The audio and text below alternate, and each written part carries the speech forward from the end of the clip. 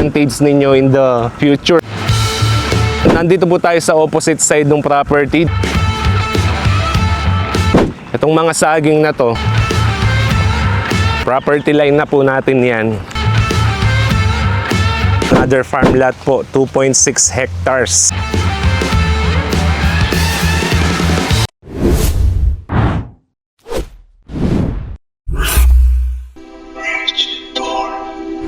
Hello Project Tour!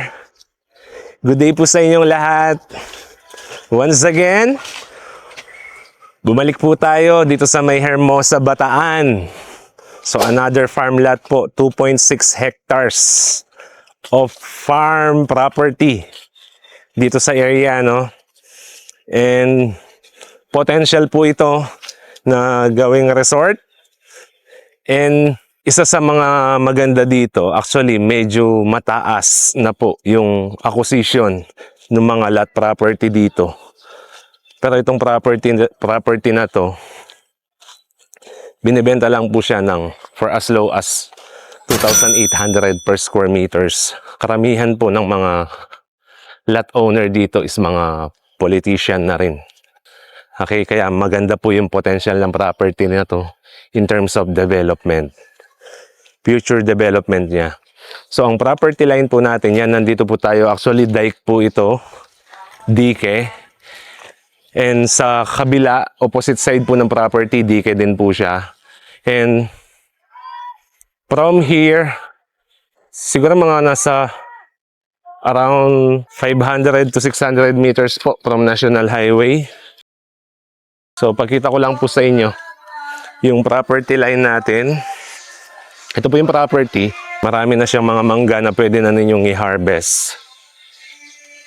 And malalaki na. Magandang araw po. Hapo. Vlog po.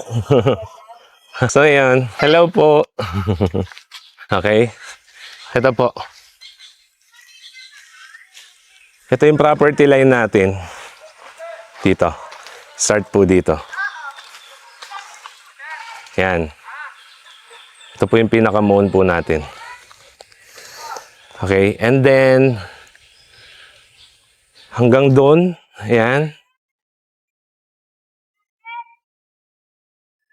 Ayan, dito sa area na to. Paikot po. Meron po siyang tanim na palay. Okay, hanggang sa likod po. Nakikita po ninyo yun. Yan. Doon po sa may sagingan doon. Pupunta po tayo later doon. Pinakita ko lang po yung sa harapan ng property or yung frontage natin.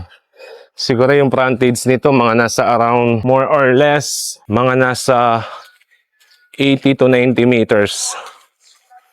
Yung frontage po natin. Okay. Yan o, namumunga po lahat ng mga mangga.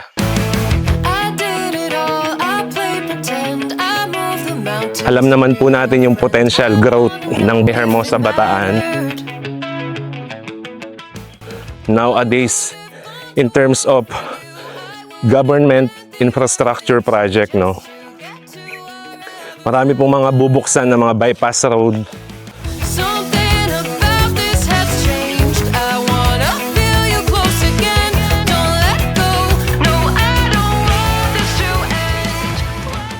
Dito na po.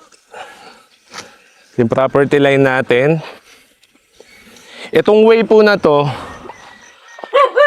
right of way po ito, no? Dito po kasi ibang parcel of land na po ito. Iba na po yung owner ng property na to.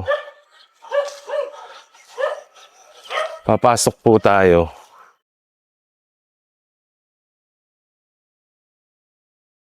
Ayan, tingnan po ninyo dito. Palayan. Ayan. Palayan po dito. Tapos hanggang dun pa po sa likod. And yun pong owner natin. Ayan, nandyan lang po yung bahay.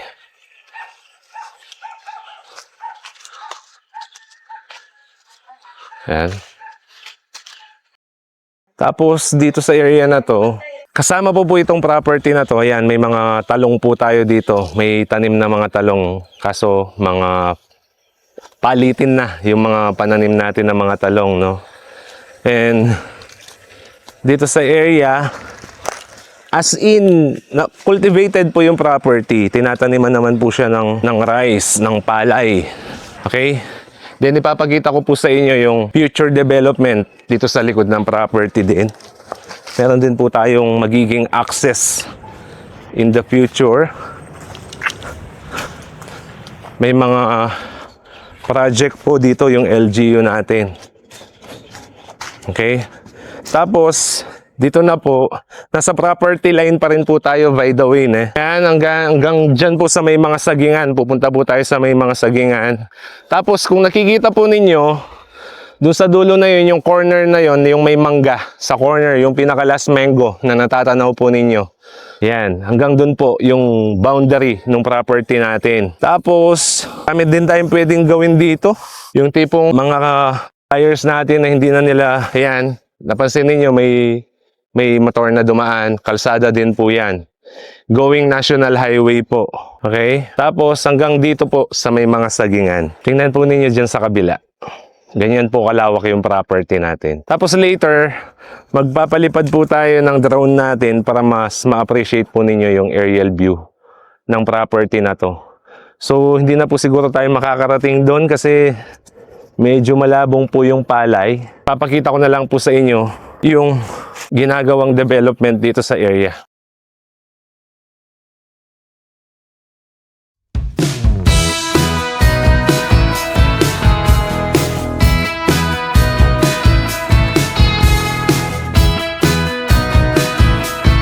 Maganda po yung potential ng property na to, no?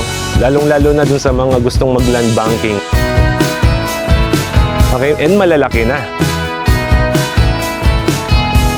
So ito po, kalsada din po ito, no? Actually, mas maganda po yung magiging access natin dito. Kasi ayan na po yung National Highway. Yan, yung mga nakikita po ninyong sasakyan sa likuran. Okay? Tapos ayan po yung property natin. Tapos, andyan na po yung pinaka-sentro ng Hermosa. Andyan na po yung commercial center natin. Like, mga banks, fast foods, Jollibee, McDo, andyan na po lahat, Starbucks.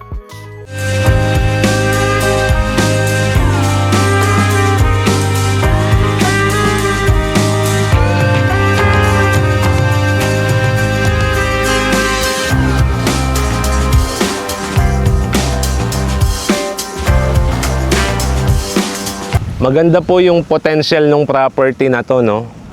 Dun sa mga, lalong-lalo na dun sa mga gustong mag-land banking dito sa area na to. Well, 2.6. Malaki na po yung pwedeng maging development no? Kung marami po kayong mga pwedeng maging ideas, kung paano po ninyo i-utilize itong property na to. So yun, napansin po ninyo may mga dumaan. So nagiging busy na rin po yung kalsada na to. Kasi may community pa po dyan sa area na yan. Yan. Okay, possible na magkakaroon din po tayo ng access dito dun sa ginagawang diversion road from Morong to Hermosa, Hermosa to Bulacan. Ongoing po yung construction nung project na yon, no, na kalsada.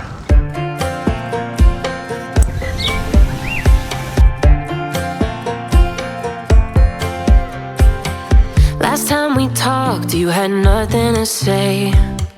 You chose to walk, give what we had away. I hope you get what you're looking for. But babe, with me, you close the door on everything we could have been. Don't go thinking we could be friends. So, that's it, no, para dito sa property na 2.6 hectares. And of course, syempre, thank you ulit sa panonood ng mga project or video sa mga bagong uploads po natin. And kung meron kayong mga gustong i-consider na property, marami po tayong listing dyan sa Project Tour channel na pwede po ninyong mapakinabangan or para sa mga hinahanap po ninyo, baka dyan po ninyo makita. And once again, dun sa mga bago sa channel na Project Tour, don't forget to hit the subscribe button and kindly click the notification bell para always updated po kayo sa mga ganitong klaseng property tour video, especially sa mga farm properties or mga rollots, no? And marami pa po tayong mga i-feature na mga properties on our next vlog, kaya abangan po ninyo. And to those who are interested in this property, you may reach us via email po, nandyan po sa may description section and naka-flash po sa screen. At the same time, yung contact number po namin, GoChat, Viber, and WhatsApp po. Your one and only Chris from Project Tour, from the Forge Realty Corporation. To God be the glory.